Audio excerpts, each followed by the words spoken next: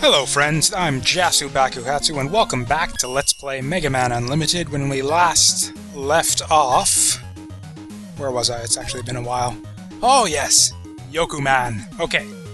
So as you saw, we collected the 4 different letters spelling out Yoku. And what you get there is you unlock, after getting all those letters, the last Robot Master, which is Yoku Man, who sort of phases in the center. And if you time it just right, you go to his stage. So that sound effect you heard there, as Yoku Man sort of appears there in the center, you might recognize as being the whole, you know, fading block noise, and you hear it in the background music here as well. So yeah, this is a stage that is a stage and a Robot Master who is entirely sort of built around the idea of those annoying-ass disappearing blocks from Heatman's stage and various other stages throughout Mega Man history, which is, I guess you could call it a staple of the series at this point. They've been in pretty much every single game since they first appeared.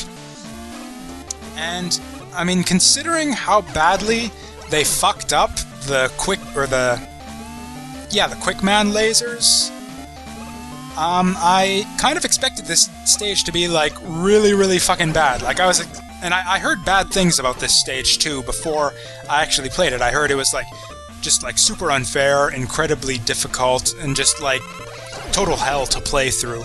And maybe it was that, hearing all that, that sort of set my expectations, but I actually ended up, like, really liking this stage, actually, when I first played through it. In fact, I liked it a lot, and gave it a second go, sort of do a practice run for this Let's Play, and I like it even more now that I've played it yet again. It's just, I guess I've been sort of mentioning throughout the LP sort of things I don't like about the game, how it's sort of really consistently, all these consistent dangerous situations where you're just like constantly in danger of getting killed instantly by some goddamn thing or another. And surprisingly, there's less of that in this stage than in other stages. Okay, this here is really tricky, but like you've really got to be like looking ahead there and just like really paying attention to what's going on, or else you'll get killed. But unlike the whole Rainbow Man debacle, it's completely fair. Like, these blocks are sort of not spaced that far apart, and they actually behave a bit differently from the way they usually do in most Mega Man games. That right there is some bullshit too. Actually, I don't honestly think we needed those spikes there. And I like this gimmick. I think this is one of the few enemies that they sort of just reuse, like just stole straight up from another Mega Man game. Those little dudes who sort of bring in the fake blocks are taken right from Mega Man 10, and I can't quite remember what goes on this. Okay, it's safe to jump there. Anyways, yeah, that's a rare example of an enemy just taken straight up from another Mega Man game. But anyways, that whole section there, like that first long section above that bottomless pit, is just sort of the first... Ah! Damn it. I knew I was standing too far on the edge there, but... Actually, anyway, I've sort of mentioned sort of what makes a good Mega Man level, and it's that sort of long segment over the pit. It seems kind of bullshit. It's like basically any part where the block appears over your head, and if you don't time your jump just right, you end up dying. That's often, when that occurs, it's just unfair. There's no way to see it coming, and you're waiting for the blocks, and then the block appears over your head, and then you die, and then there's nothing you can do about it. Like, Heatman did that in a couple places, and it was just awful. Whoops. And yeah, Rainbow Man did that with, like, the lasers, too. It's like you can't... And throughout most of Quickman's stage, you can, like, sort of... If you're positioned right in the center of the screen, it's possible to sort of, as the screen is scrolling down, look at the terrain ahead and navigate through, just like solely based on reflexes and the quick seconds that you get to plan out your route through the stage. And it's the same here. Like, you get enough time, and the blocks are sort of appearing more frequently than they usually do in Mega Man games, to the point where it's a lot easier to sort of look and plan ahead than it usually is. Like that block, when the blocks appear above your head suddenly, it's not out of nowhere, because you could see the pattern before you even got to that part. You could see them blinking ahead of you just like 2 seconds ago. And it's just like really fair that way. Like, to be perfectly honest, I actually made it through this segment the very first time I saw it. Which is just like, just blows my mind that it's like, and it's like everything in this level is like that. It's just completely fair in a way that stuff like Rainbow Man stage just totally wasn't. It never screws you over with unfair bullshit. And in addition to that, it's not as... Apart from... Whoa, this shit here. That right there is probably the most difficult, sort of tricky spot in the entire stage. And I kind of don't like how it's sort of right in the middle before the checkpoint. Actually, we do have quite a bit of... It does have the same problem as the other stages, in that I think it's a bit too long. It's actually super long. Okay, this is actually really tricky, really tricky to... Like, I sort of mentioned how I got through that one part on my first try through the stage. I actually got... And I've also mentioned before how, like, these Mega Man stages in general just become super easy after you sort of got your bearings and know what all the hazards are about and how to deal with them. They just don't tend to throw a lot of, like, memorization type shit at you. And this stage is a lot like that. In fact, until that one death that you saw there, I've replayed this stage twice since the first time I played it, and I did not die in either of my subsequent playthroughs. That death you saw there was the first time I've died in this stage since the first time I beat it.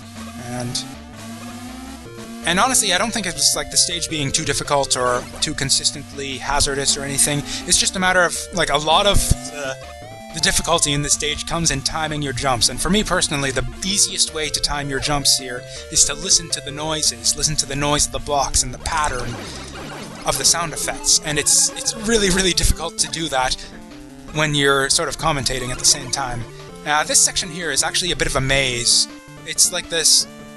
Yeah, the screens sort of loop in on themselves, and it's a bit tricky. There's like, yeah, a bit of an infinite loop here.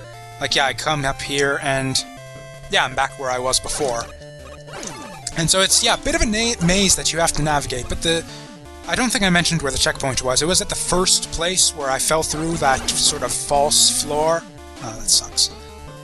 So that was the checkpoint. So it's, honestly, I think this stage actually isn't even as long as most other stages either, so it's even slightly better in that regard as well. Although this second half with the whole maze that you have to navigate, and this here is really nasty, actually. You can go right or you go left. Going right actually takes you back to the very start of that whole maze segment, and going left takes you to the end. So we're out of the sort of looping maze there, and navigating that maze is probably the part that'll take the longest in this level your first time through. And actually, what I like to do here, not because this is a particularly difficult segment or anything, but I like to use Rush Coil here, just because it's way easier. Just like, yeah, you save a lot of time going through there, and it's just less of a hassle.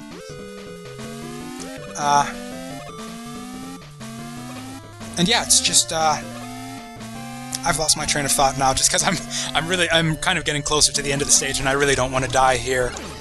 But yeah, the stage, it's really super long. Not only do you have the maze to navigate, but you have just the blocks. Like, I'm sort of going through here really fast, not because I've memorized the blocks, but because I've gone through the stage the first time, and remember how I talked about trust in Rainbow Man's stage? And I've played through the stage once, and that's enough for me to sort of trust the level designer that I know that I'm not going to get dicked over by some, like, really unfair block patterns or anything like that. I can just look at the blocks and trust that I can just blaze straight through, and it's not going to throw anything at me that I can't handle with just my wits and my reflexes. And that's just a really remarkable thing, considering, again, Rainbow Man's stage, and just how... And not just Rainbow Man's stage, but, like, how a lot of the gimmicks in this game are sort of geared towards making them kill you, like just putting every single stage gimmick towards herding you into spikes and that kind of thing. And this is actually a bit bullshit. If you go through too quickly here, you will just run straight into those spikes before you even know that they're going to appear. So this is the one bit of bullshit in this entire stage, and it's actually really freaking bad, in my opinion.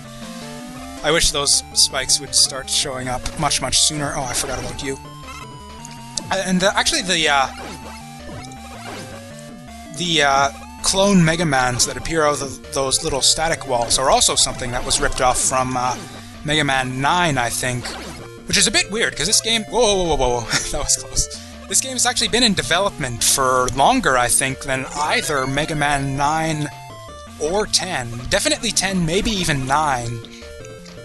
This last is a bit tricky too. But anyways, I was mentioning how the stage isn't as long as it first... Like, the first time you go through the stage, it's really super long, just because not only do you have the maze to navigate, but you're sort of spending a lot of time just sort of looking at the block patterns and trying to memorize the whole thing before you try to go through them. And, man, and so yeah, your second time through, you know you can just trust it. You can blaze right through, go through on your wits and your reflexes and not even care. It's like you can trust the stage and you can just go through and not waste a bunch of time trying to memorize stuff. And, sorry, I'm a bit parched now. I'm going to take a quick drink. And so just from a design perspective, even just from like the design of the stage and the layout and just the way, how fairly and how well they implemented that whole disappearing block gimmick. And yeah, and especially when you like to hear the concept for the stage is based around disappearing blocks. And not only are there disappearing blocks, there are disappearing spikes as well. That'll just straight up kill you if they teleport on top of you. It sounds bullshit, and based on some of the other stuff you saw in this game, the stuff I've sort of talked about, you'd expect it to be bullshit, but it isn't. And that's sort of remarkable in itself. But it's also just like a really good and fun stage, and I am so happy to have been in its done there. Those spikes at the bottom that materialize there actually will kill you. Oh, this is a pretty tough boss, actually.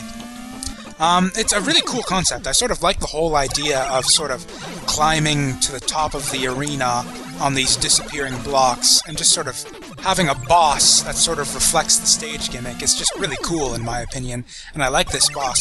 But I think the instant death spikes are a bit much. I don't think...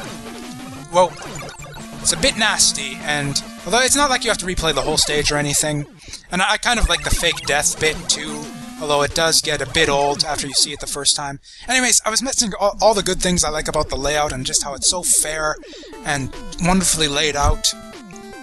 Another thing I didn't mention is that, yeah, I sort of tried to use Rush Jet a lot of places just because I expected, because like I said, I was expecting the blocks to be bullshit, and the whole looping gimmick, like there's one segment in the stage where you saw me sort of drop down and the screen sort of loops infinitely vertically, and I like the stage so much, I'm finished it and I'm not even done talking about it.